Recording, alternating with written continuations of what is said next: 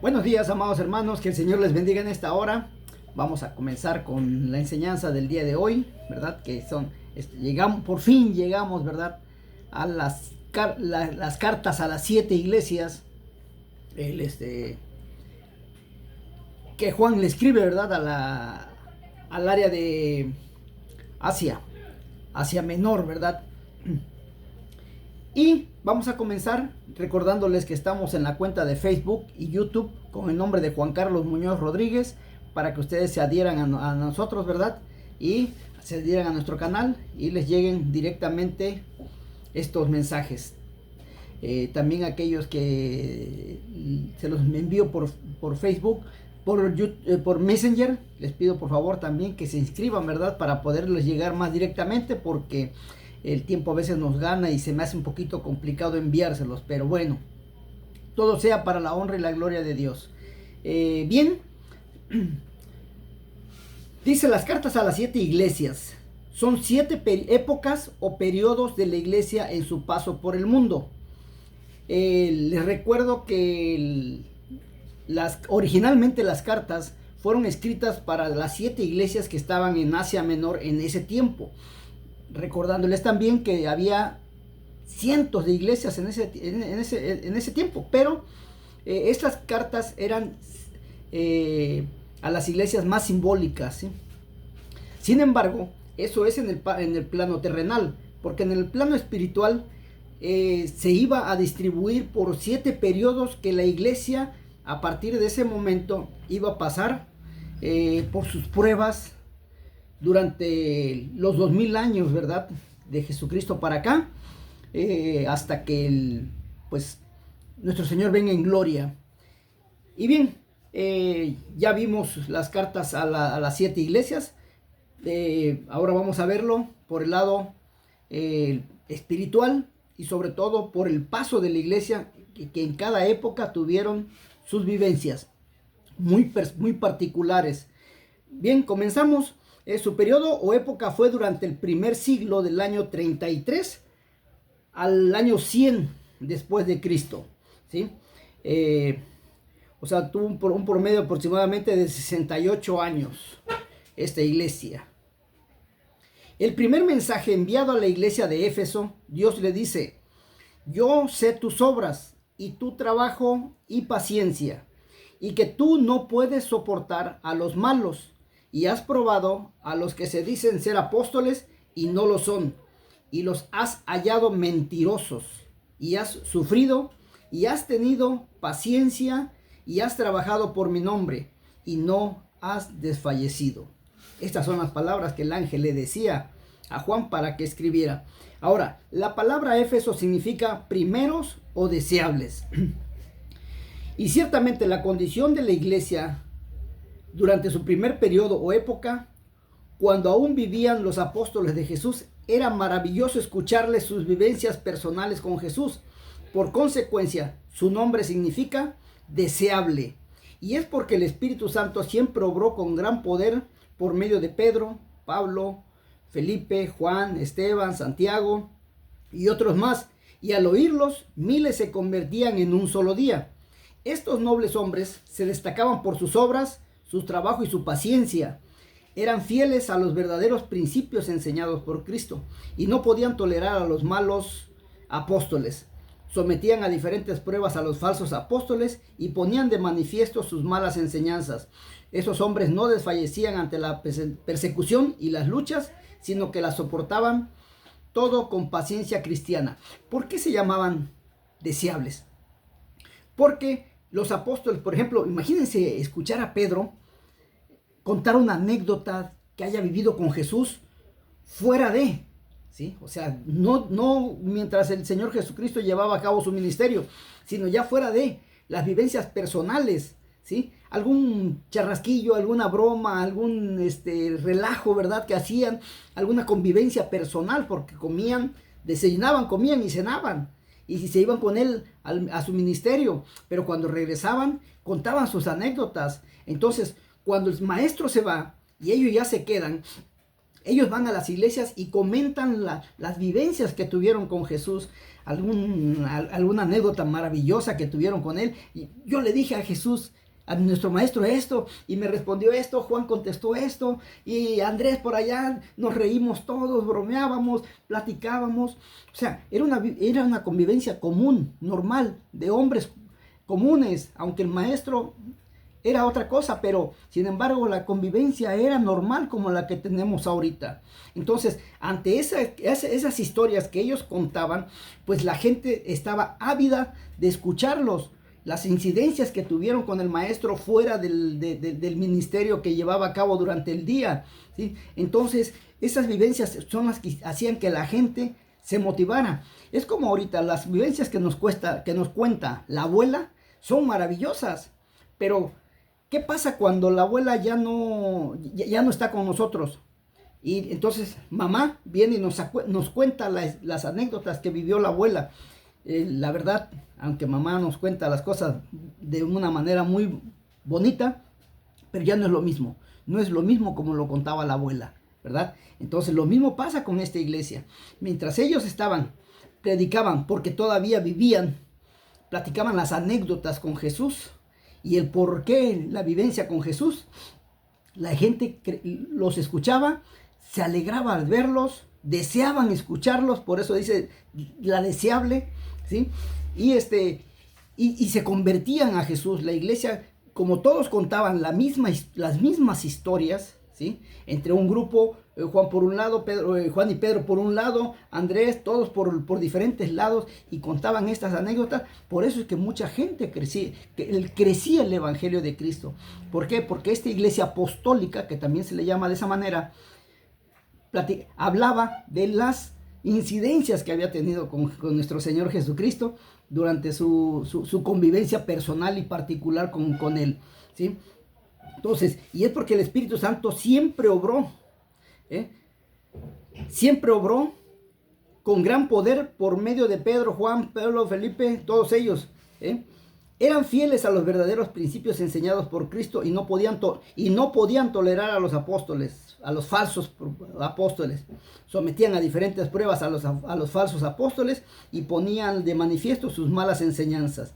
No desfallecían ante la persecución y las luchas, sino que soportaban todo con paciencia cristiana, porque así debe de ser el cristiano. Debe de hablar las vivencias que ha tenido con Cristo por medio de los testimonios. Pero hay un detalle: el pecado de Éfeso. O sea, Apocalipsis 2, 4, 5 nos dice: solo se hace una acusación contra la iglesia de ese tiempo. Has dejado tu primer amor. Desaparecidos todos los apóstoles de Jesús, empezó a disminuir el fervor y la devoción de los creyentes. Ya volvemos a tomar el tema, ¿verdad?, de cuando nos contaba las anécdotas la abuela, y ahora se va la abuela y nos las cuenta mamá, pero ya no es lo mismo de las vivencias, ¿verdad? Los primeros apóstoles habían andado y conversado con Jesús como un amigo personal, mientras que los que vinieron después de ellos solo lo conocieron a través de los relatos ajenos, o sea, lo que los apóstoles les habían dicho y lo que habían escuchado por allí o por allá. Y aunque esto no era suficiente excusa para la iglesia, pues nuestro amor,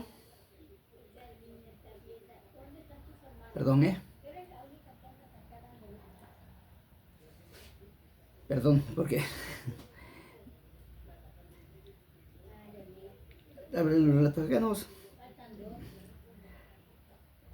nuestro amor por Jesús y nuestro celo por Él deben de ser tan reales y tan fervientes como si diariamente lo pusiésemos cara a cara.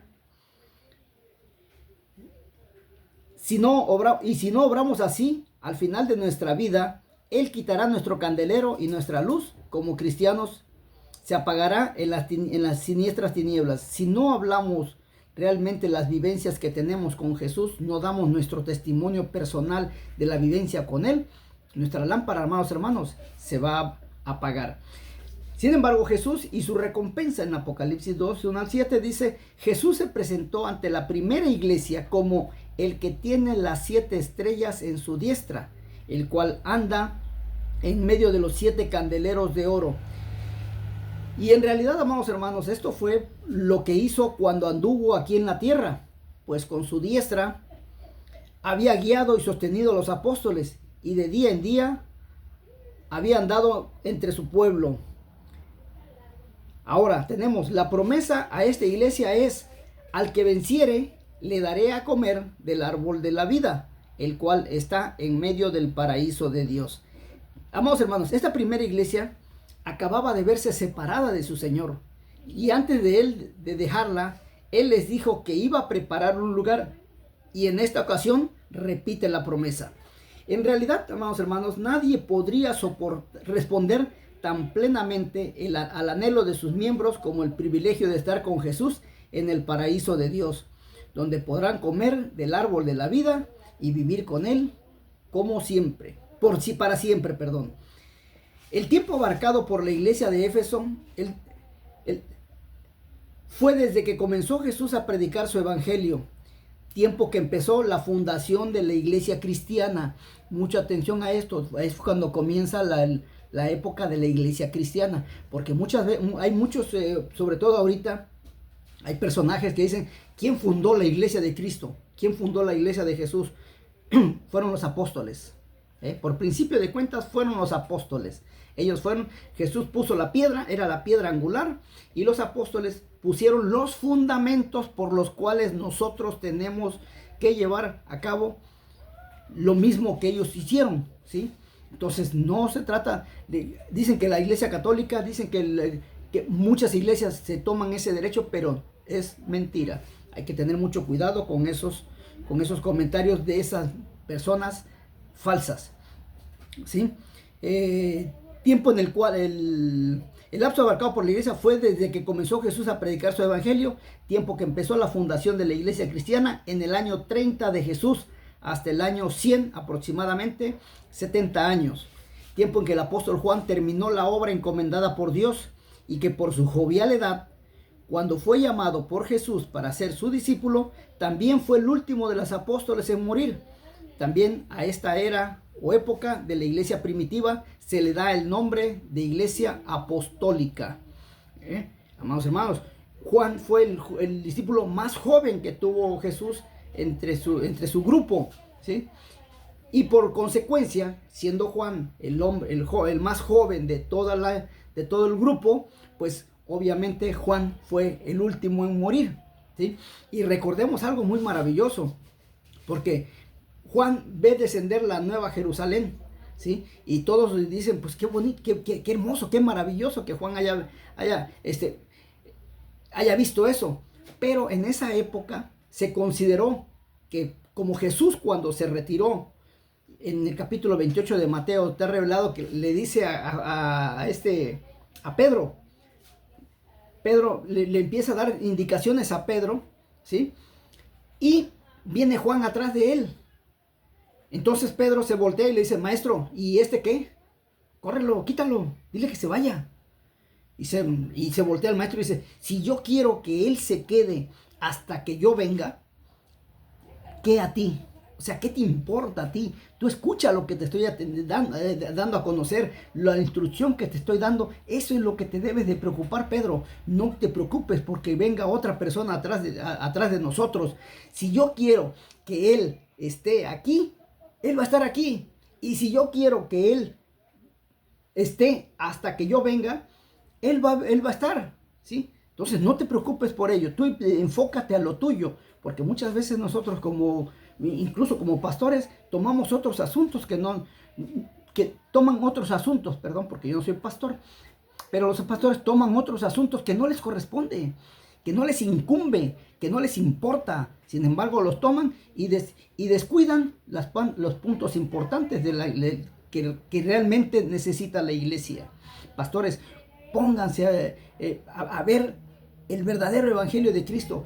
Lleven a su iglesia a la redención de Cristo. Hoy en día vemos que dicen: es que la mujer no puede andar vestida con pantalón, no puede usar pantalones largos, no se puede cortar el cabello. Amados hermanos, eso es cosa que a ustedes no les importa. Si esa persona, esa mujer, va en esas condiciones a su templo, indúzcanla, en lugar de criticarla y decir que no puede usar pantalón, no puede usar cierto tipo de vestido, no puede ser ciertas actividades.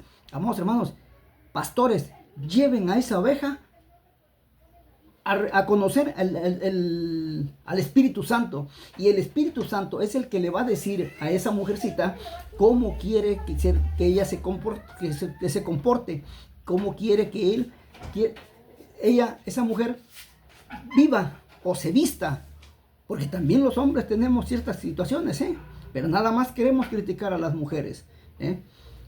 Entonces, preocúpense por las cosas importantes para Cristo, sobre todo que tenemos ya a la vuelta de la esquina el advenimiento de la segunda venida, de la venida de nuestro Señor Jesucristo por su iglesia, el famoso arrebatamiento o el rapto. Preocúpense mejor por preparar a su iglesia para esa situación, para que estén preparados, para que estén listos, para que sus lámparas estén encendidas y no estén con unos pleitos que no tienen caso.